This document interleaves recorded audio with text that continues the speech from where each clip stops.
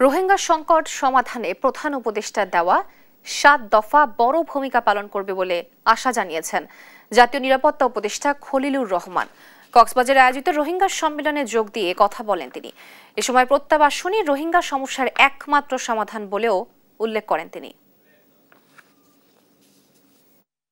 আজকে সকালে আমাদের মাননীয় প্রধান উপদেষ্টা প্রফেসর ডক্টর মোহাম্মদ ইউনূস এই ডায়ালগের উদ্বোধন করেন। তিনি তার দিক নির্দেশনামূলক বক্তব্যে একটি ৭ দফা প্রস্তাবনা পেশ করেন। আমরা আশা করছি আসন্ন জাতিসংঘ সম্মেলনে এই ৭ দফা